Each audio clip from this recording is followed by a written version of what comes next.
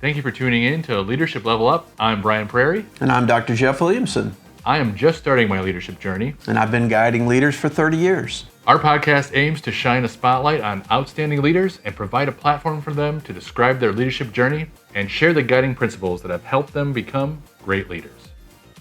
Today we're joined by the founder of Highline Leadership Development Group, Liz Hehman, to discuss her leadership journey. Welcome to Leadership Level Up podcast. I'm Jeff Williamson. This is my co-host Brian Prairie. And today we're joined by Liz Hehman, who is our guest. Thanks, Liz, for coming. Good Thanks to have for you having with us. me. Yeah. So Liz is a certified guide and consultant with Highline Leadership Development Group, which she started, and we'll learn more about that here in a little bit. But with her experience in personal and professional development training over the last couple of decades, we wanted to start there and have you tell us a little bit about what's that look like and groups you've worked with and how you present and help grow people. Yeah. You know, I had the benefit of, at a pretty young age, like high school, people just speaking truth into me, recognizing leadership traits and encouraging them and giving you opportunities to stretch those. And so as I got into my own career, which was in higher ed and student development, that was a natural fit of just doing that for other people. And I really enjoyed working with all students, but particularly leaders.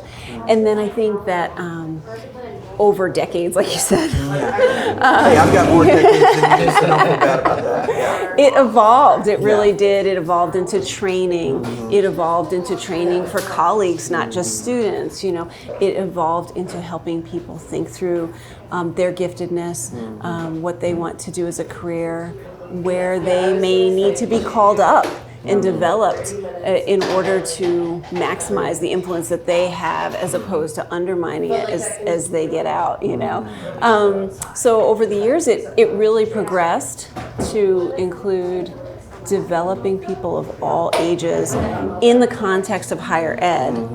And then, I guess it's about 6 years ago now, we made a move from Ohio to Illinois, and I just had a sense at that point in time that I was not going to work directly in higher ed, but start doing this in a different context. Point.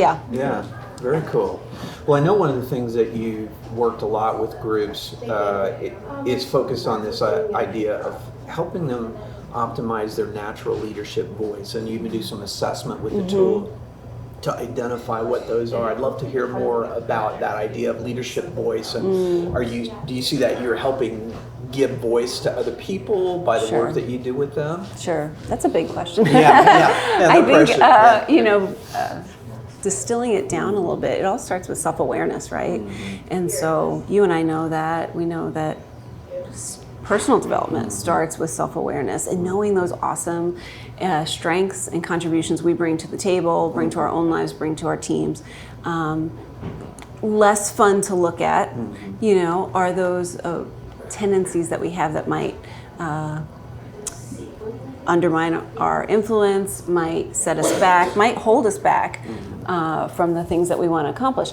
And so in the self-awareness process, which is just foundational for every leader, I utilize personality typing. We use a tool called the 5 Voices, which is based in Jungian theory. So Myers, it correlates directly with Myers-Briggs, just a little easier to remember. And we kind of start there as a lens to see ourselves, to see our natural wiring, our natural tendencies, see where it doesn't fit the mold because of life experiences and personal choice, because we are not just in a box. We're just not people or in a box or robots. So yes, I really enjoy using that as a foundational piece to help people understand who they are, what their natural wiring is, because they bring that into the way they lead. So if you think, this is my personality, this is what it's like to be on the other side of me, and now I have the role of a leader or some sort of influence with people, right?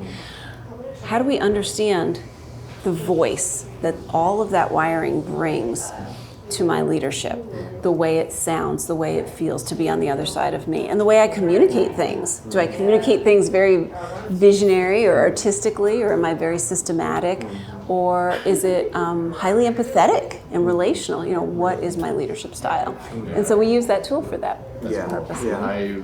I'm somewhat new on my leadership journey, but what I found when working with Jeff is, and really just in life too, like communication and how I communicate is very important, but also to realize how Jeff communicates, how Liz communicates, like those are very different too, and how to listen as well, and just having that communication and growing that and understanding that the way I communicate isn't the same as you or Jeff or anybody else, and meeting, and especially the people I'm leading, meeting them, in between, like, explaining how I communicate to them, and also having them kind of explain how they communicate to me as well. Absolutely. I think, Brian, that's sometimes where we fall short when it comes to leadership books, as opposed to tools or discussions and training and application. Because in books, it's harder to get some of that nuance there. We read it, we learn a principle, we go and apply the principle. And yet, leadership is super nuanced. Leadership means adapting to the people that we lead and their needs, do what they need more of, what they need less of. What is the thing that I do that specifically not only irks them, but makes it hard for them to understand their job? And how can I adapt so that I can both equip them and empower them in a much better way as their leader? And that's exactly what you're saying. We really, no two people are alike, and so we really have to understand how to customize our leadership and our communication to those that we lead. One of the things that I was thinking of as you were talking about the 5 voices assessment, and I often, I love assessments too. And one of the things that when I'm working with groups, I often tell them, now this assessment helps me to see kind of what your filter or what your perspective is, but it also doesn't define you as well. And that comes back to what you were saying. What I love is that it's nuanced, and we're able to customize aspects of a team or an assignment or a project. So we have that foundation of that assessment or how you show up. Sometimes we talk about, but I love that emphasis you make on that. It's got to be different, because no one is identical, and we don't just go, oh, well, here's your results on this assessment. Now we know what you're going to do in every circumstance. Yes, we have to validate those. We have to have conversations, because so often people sometimes are living their life, leading others, wearing a suit of a stereotype, or wearing traumatic experiences that happen to them, and that shapes their leadership, and they might not know it. And so they're trying to live into the stereotype, carry this trauma, whatever it might be, and it's really heavy and it's really draining. And if we can help them to see how they're naturally wired, and that they can let go of some of that and still be a great leader, it's freeing. It's super freeing. You bring up a great point. I didn't realize, like, a lot of the books and just a lot of the conversations we've been having is that leadership, it's great to borrow some, oh, you're doing something really cool, I want to do this, oh, you're buying something cool. But like, to wear it though, as like this, suit of armor is not necessarily good for you or for the people you're leading, because it's just, you're not utilizing that in the best way possible. Sure. Yeah. That's a really great concept that we have. Yeah. I find challenge and holding people accountable is a great example of that. There are some personality types, people know they need to do it as leaders. They know they need to address difficult situations, have critical conversations, all that. But not every personality type does it the same or with the same level of natural talent, let's say. Okay, so some people can go in there like a bulldozer, and they'll just they'll take care of it, but then they're going to struggle in some other areas. Other people are going to handle it really with some natural giftedness, and then other people, it is just going to weigh so heavy on them, and they have, in order to do it, it doesn't make the principle that holding people accountable is important in leadership go away. But as a leader who doesn't like conflict, you have to learn how to do it in a way that's authentic to yourself, and you can still feel like a great person and like you're fighting for the highest good of other people while you're bringing that. And if you can't find that, it's going to be tough, it's going to be draining. I'm the person that conflict is it's gut-wrenching, really, so being able to be avoided. But also sometimes it's a part of it, like so you have to, but I have to find it authentically. And, Yes. and I think that has been probably one of my biggest struggles with leadership is finding that place where I'm Brian and not somebody else. You know? And it goes back to that, how do you show up? It's Yes. like to be a leader in a way that's authentic and true to who he is going to be different than how I would Yes. lead a team, and it should be. Yeah. Because Lord knows we don't need 6 people that are just clones of me trying to run an organization. That Yep. would be an utter disaster. Yep. It's a we thing, and that's where I love the voices and the different assessments, because then we can look at it and go, oh, here's some of the best things about you, Brian. Here's some of the best things about you, Liz. Here's a couple things that I do fairly well. Wow. And that's kind of how our organization has emerged to look and go, wow, you all bring some things to the table that I don't have, and imagine what it could look like if the individuals here became we. Yes. This becomes a we thing. I love it when that can happen. And the fact that we understand that about each other too, like, oh, I know Jeff brings this out about me. Oh, I know this person brings this out about. Oh, I bring this out about them. It's like being able to understand that is, man, it's been.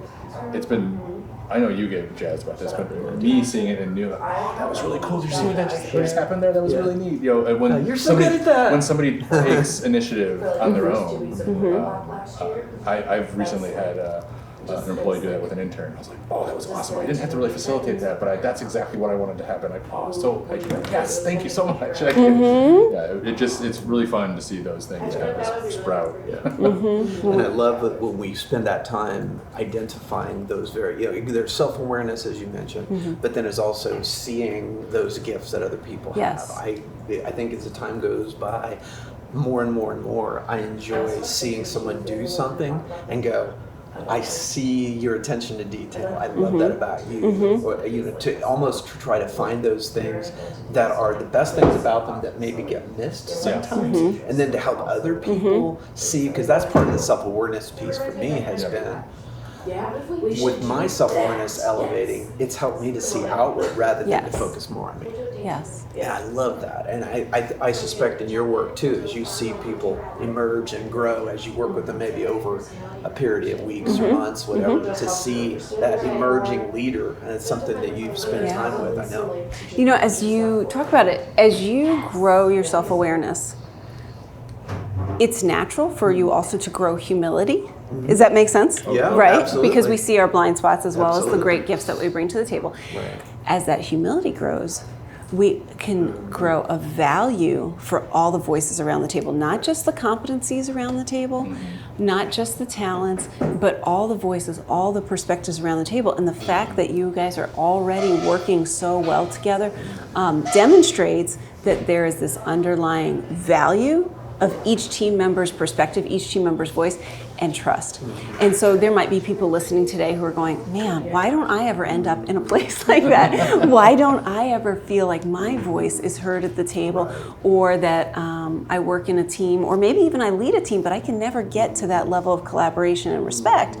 Why is it? And it starts with valuing every voice at the table and for the broader view of their competencies, not just the skill they bring, but the perspective they bring to the table. Yeah.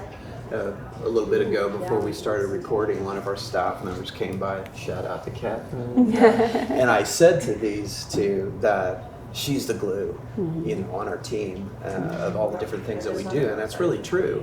And I so love those moments like that when I can authentically shine a light and say, man, if we didn't have her, oh my gosh, so many things would not get done, right? Because I want her to know that I feel that way.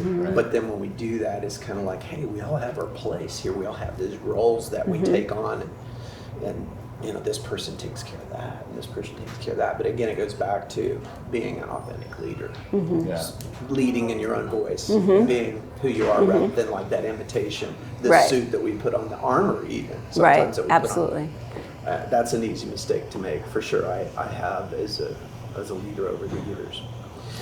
So one of the things we mentioned at the top when we were introducing you, Liz, is Highline Leadership Development Group. I'd love to hear more about that.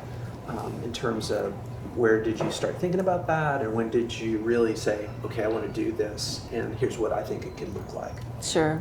So right before we made that move from Ohio to Illinois, my husband and I got involved with a group that was diving into some of these tools, like 5 Voices, like leadership tools that help you adapt to the people around you. And we found that it actually was helping our family in so many ways, and just the home team, if you will, right?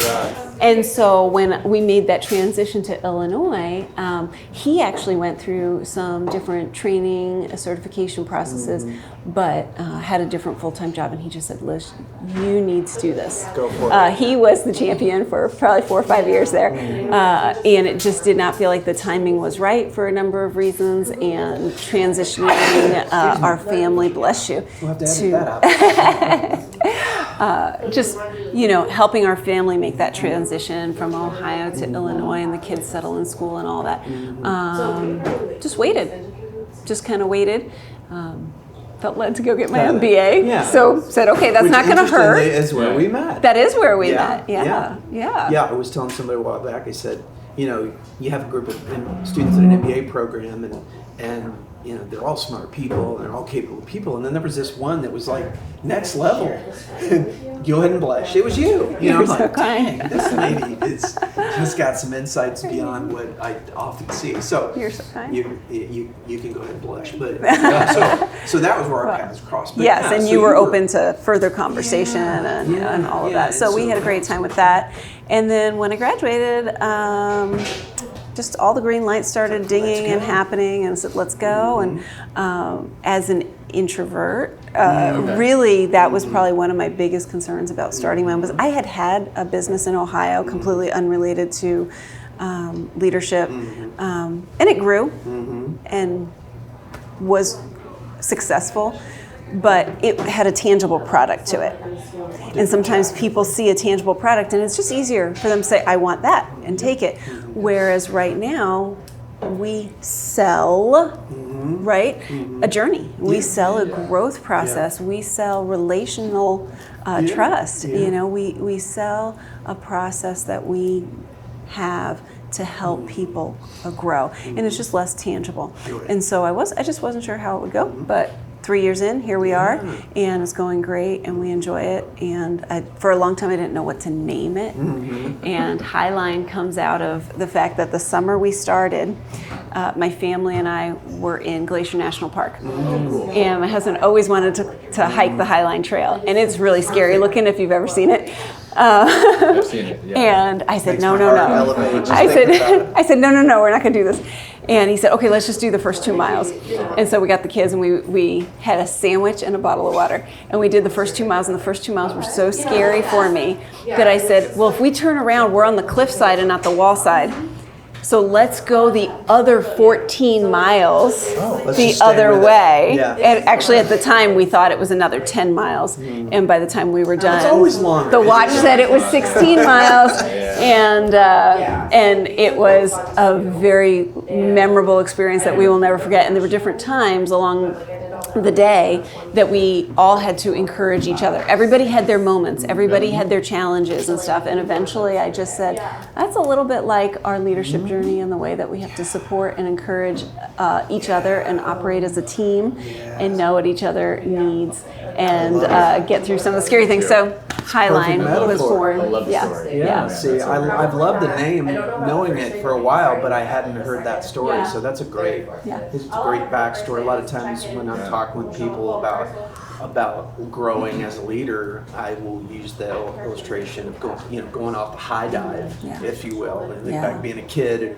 wanting to go off the high dive at the community pool, but being afraid. Yeah. And then once you did, it was this exhilaration and like, I can do that. Yeah. Oh my gosh. I would be embarrassed if some people saw me on that trail today, because there was definitely some wall clinging and whatnot happening there. Yeah. The cool journey is but that you did it. You were scared too. I was so scared. Yeah. I was scared too.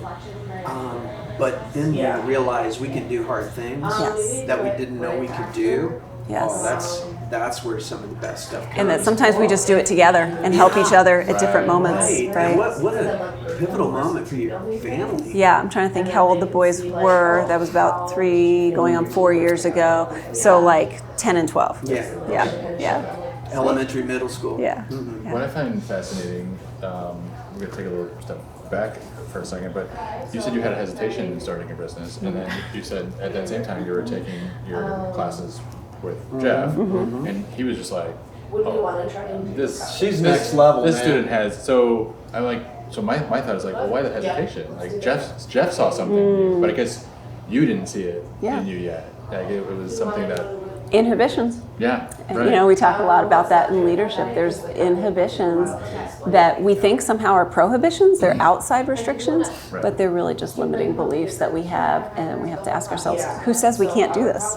And I was 100% me, because Eric was telling me I could do it. Everybody else in my life was And saying Jeff you was could do like, it. "Oh, yeah, Jeff apparently thought I could do it, you know. Well, and it's often, and we desire humility. Or I know you do, and I do, and so it's sometimes hard because we want to be people who are of humble spirit, and I go, hey, I'm next level, man. Sure. I'm outstanding. Sure. I mean, if we say that, we shut down 90% of the people around us. Right. But when somebody else who can step back and take a look at us like Eric to say, oh man, you could totally do that. You should go for it. You know, that's again, go back to voices. That's where we talk about personal board of directors, and who are those voices saying, oh gosh, I could totally see you doing that, right? I love doing that at work in higher ed with students or other professionals to say, oh my gosh, I could totally see you. You would be great at that. And when somebody says it, it's not. We can grab hold of it and still be humble. Right, Yes. Right? exactly. We can still well, if we take said that that about affirmation. ourselves, you're like, well, you're full of it, right? Yeah. But when Yeah. somebody else who we think, okay, they seem to have some good perspective and they think I'm legit, Yeah. Yeah. you just kind of go, Yeah. maybe I can, Yeah. right? I think for me, the target, I've had people say this in my life, and it's been encouraging. The target when it comes to confidence and humility and all that is secure, confident, and humble.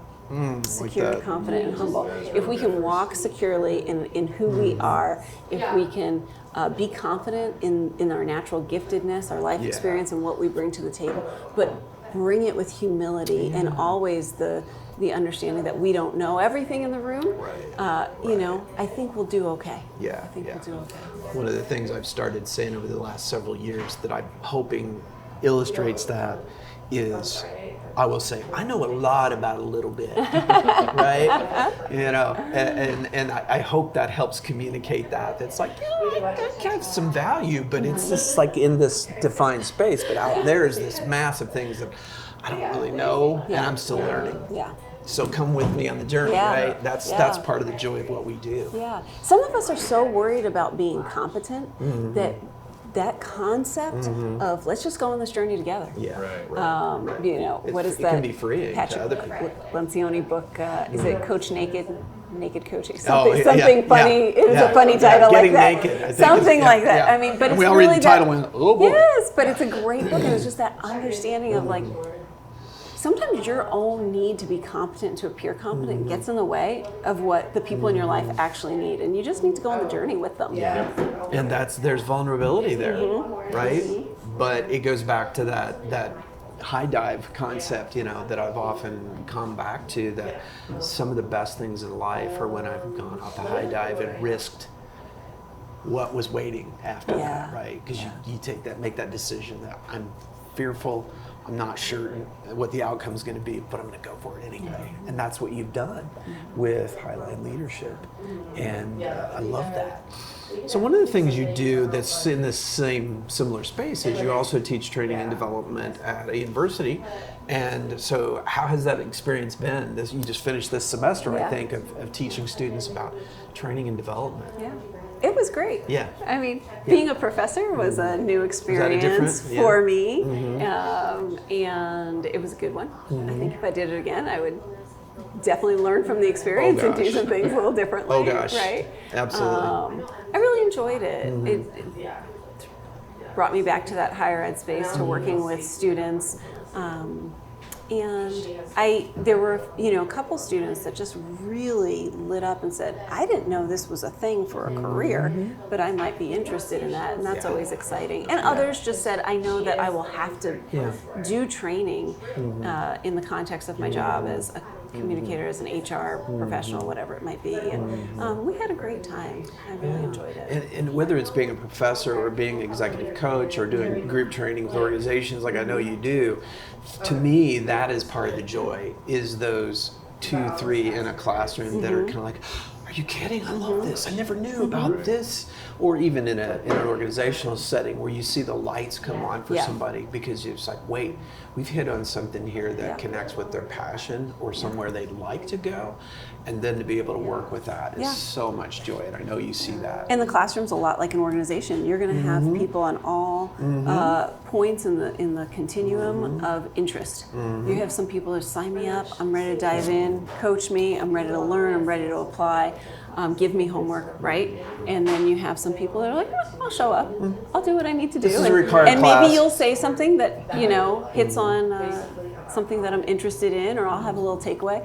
And then you have some people that are, I'm here. If I can just walk out here with a C, we're good. Right. That's all I need. And when you're working to develop organizations, you're going to end up with that bell the curve same, is kind of there, isn't it? Same continuum of interest there. But it gets really exciting when you can start to unlock and activate some change, and you see people moving along the continuum, both in the classroom and in the organizations. Almost like they're coming with you now on this journey. Yeah, I'm pretty sure there was a few of them that just signed up because they thought my husband was teaching the class. We're both Hehman, and I'm pretty sure some of them just thought he was coaching the class. Oh, I know, Eric. Coach will give me a good grade. We're good. Yeah, exactly. Do you find, so you've taught personal coaching, and you've done teaching in groups. Do you find it more challenging in that atmosphere? Like somebody like say, I'm coming to you. Sure. I have a vested interest in your help because that's what you're selling, right? Yes. Is it more challenging when there's that group that's like, some people are into it, some people are kind of mediocre, some people are not all into it? Absolutely, and especially in today's remote world, there's just dynamics to the format. What are you getting? Some of the coaching groups that I do, I get individual screens. Awesome, that's a little bit better. I have to coach some groups where I have to coach the whole room remotely. That can be a little more challenging, and of course then we try and get them to talk to each other in the room to make sure that they're processing and getting the interaction that they need.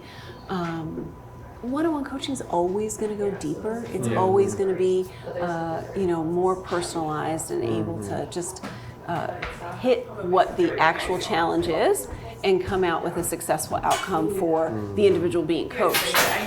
Group coaching, a lot of times people will be able to take away a tool, something insightful, maybe a framework for handling conflict or whatnot, but you're not going to be able to go deep with everybody. The really great part of group coaching, the asset that it has, is that we learn from each other. So the people that are willing to share and talk from their experiences always kind of put flesh onto a principle.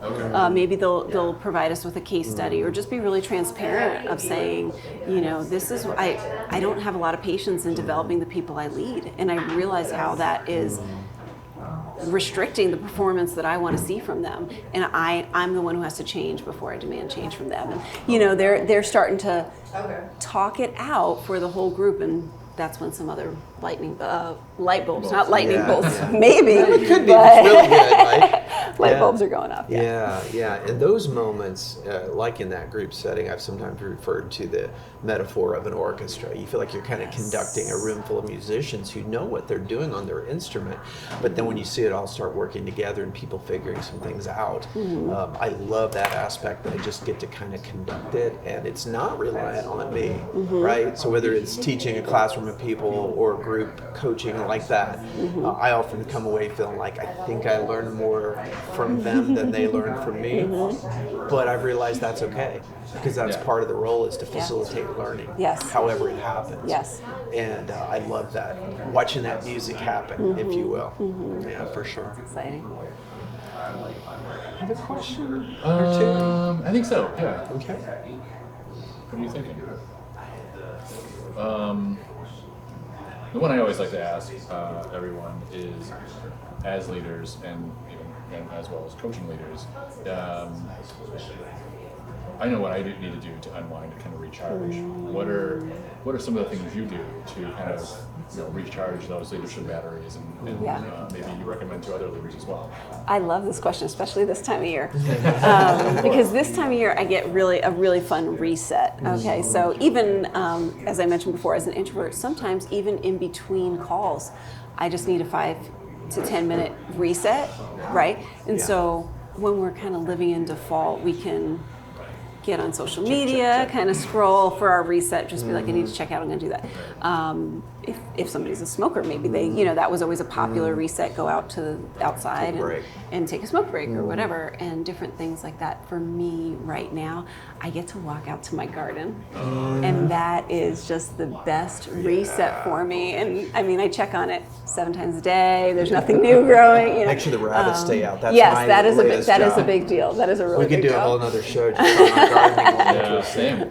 But that's a really big way I do mini recharges, and then obviously like on the weekends or in the evenings if I work in there a little bit longer, those are bigger recharges for me. My garden happens to be a little bit secluded, and for whatever reason I can't get the rest of the people in my house to go there and work, so it's the perfect introvert place. They're there when everything starts getting served up for dinner. They want it for dinner. They just don't necessarily want to get back there with me.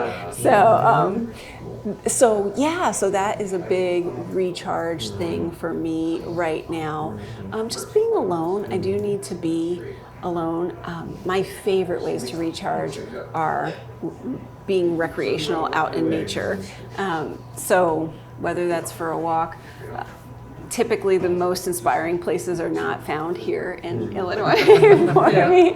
So it's like the mountainous hikes that so we do make a point to get out to some of those places a couple times a year. Eric and I got to go to Utah a few months ago and hike Zion, and it was a super short trip but super fun and big reset. And then we'll go to the Adirondack region in New York over the summer, kind of Lake Placid. Which is, you're originally from New York. I'm from Long Island, but spent the State. summers in upstate New York, what we call upstate New York, kind of the Lake Placid, Lake George Well, I need to area. share some trails around here then. Maybe we'll help with be a little more inspiring. Yeah, he's a good guy to talk to about that. I'm the same. I do need to get alone in nature and kind of reset. And sometimes where I find some of the most times to kind of find some peace, but also once I find that peace, like the most inspiration as well. Yes. It just also is like, I never thought about this way. Oh, Yes. cool. Because I have the moment to just take a breath and to actually not think about, because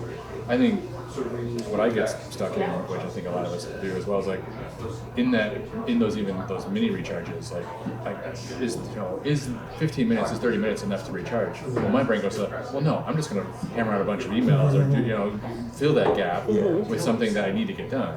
Where reflecting on that, that's kind of dumb. I should really be a little bit more cognizant of I need some time before this next meeting to just kind of unplug a little bit, and because I feel like I'm gonna literally breathe. And literally just breathe and take a moment, or walk outside the office, go take a walk around the block for for 5 minutes. That was a COVID outcome for me. Yeah, I can go walk around the neighborhood for a little bit and come back. And I tend to get into the terrible habit of just looking at the next thing and then getting prepared for that. And it's well, if I keep doing that, I'm never going to be I'm going to constantly be withdrawing from something that has it's depletable.